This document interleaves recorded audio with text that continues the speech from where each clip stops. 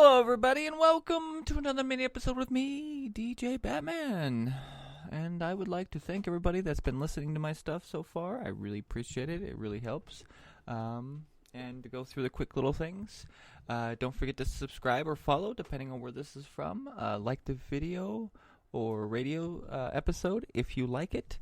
And also, if you'd like to support the show, I will have my link down below for my Teespring. I got all my stuff from Etsy, Patreon, Teespring, and more. So, just head on down below, hit the Linktree link, and it will take you to all my other things to do. Other than that, we're going to go ahead and get right into today's episode. So, it looks like we might have a bigger problem than we thought. So, since this pandemic started, there's been a huge chip shortage, which has caused a lot of problems. But apparently, the chip shortage has gotten a lot worse than we understood. So we're going to go ahead and get into this article. It's a short one, so shouldn't take too long. But we're going to go ahead and get right into this. So here we go. Think the chip shortage is terrible? We haven't seen the worst of it yet. Not only is this shortage predicted to continue beyond 2022, but top executives from Intel and Apple chip supplier TSMC have issued another dire warning. According to these industry insiders, the global chip shortage woes now affect the chip shorting machines themselves. These global supply chain constraints began in 2020 because of the COVID pandemic. Worker shortages due to illness and the subsequent lockdowns slowed the spread of COVID, forced chip shortage to halt production. It was a perfect storm. Manufacturing was stalled while demand for electronics skyrocketed. Chip makers quickly fell behind and have not been able to keep up with the demand. Manufacturers are dumping millions into building new semiconductor facilities to increase production, but they've encountered a significant obstacle. There are no chips to power the chip-making machines. It's a vicious cycle, which with lead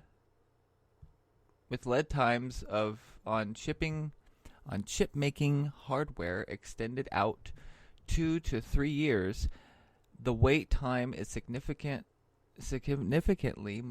from pre-pandemic lead times that spanned months, not years. Intel CEO Pat Gelsinger told CNBC's Tech Check that he expects the chip shortage to last into 2024 because of this impact on this critical chip manufacturing equipment. Gelsinger isn't the only one with this alarming prediction.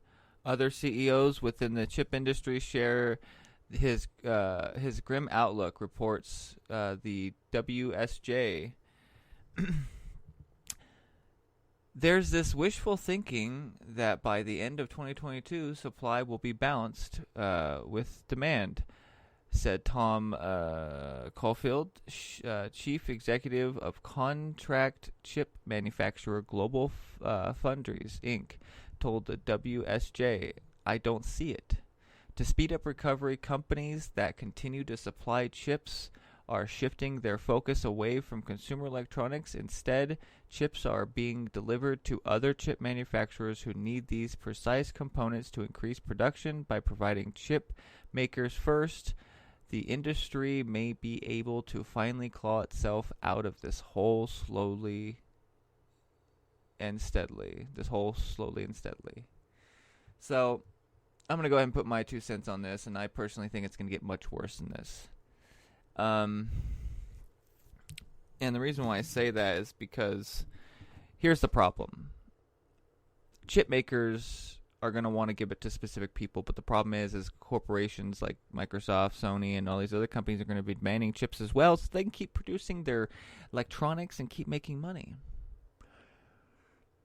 Which is a big problem, because here's the problem, and ultimately, we need to stop relying on these foreign companies, especially in China and other things like that, because that's the whole problem, is that, you know, we shut things down due to a virus that was released by China themselves As far as I'm concerned, it was released on purpose.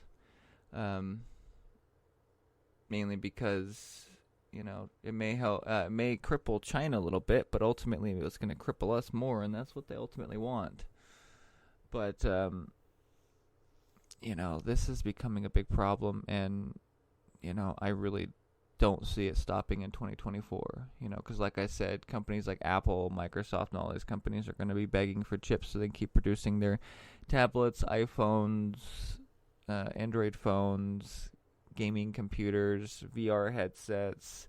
Then you got home manufacturing, from washers and dryers to refrigerators and all that. And then you got people like Elon Musk who are going to be demanding chips for their brand new electric cars, which are complete environmental damage. But anyways, but yeah, so we have a big problem coming.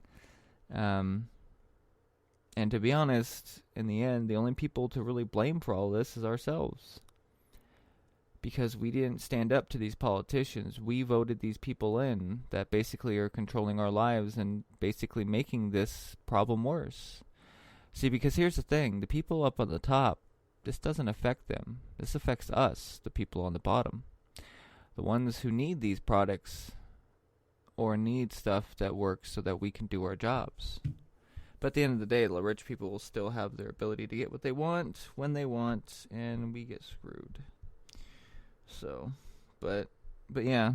So we got a big problem coming, and we all need to brace for what's coming, because, yeah.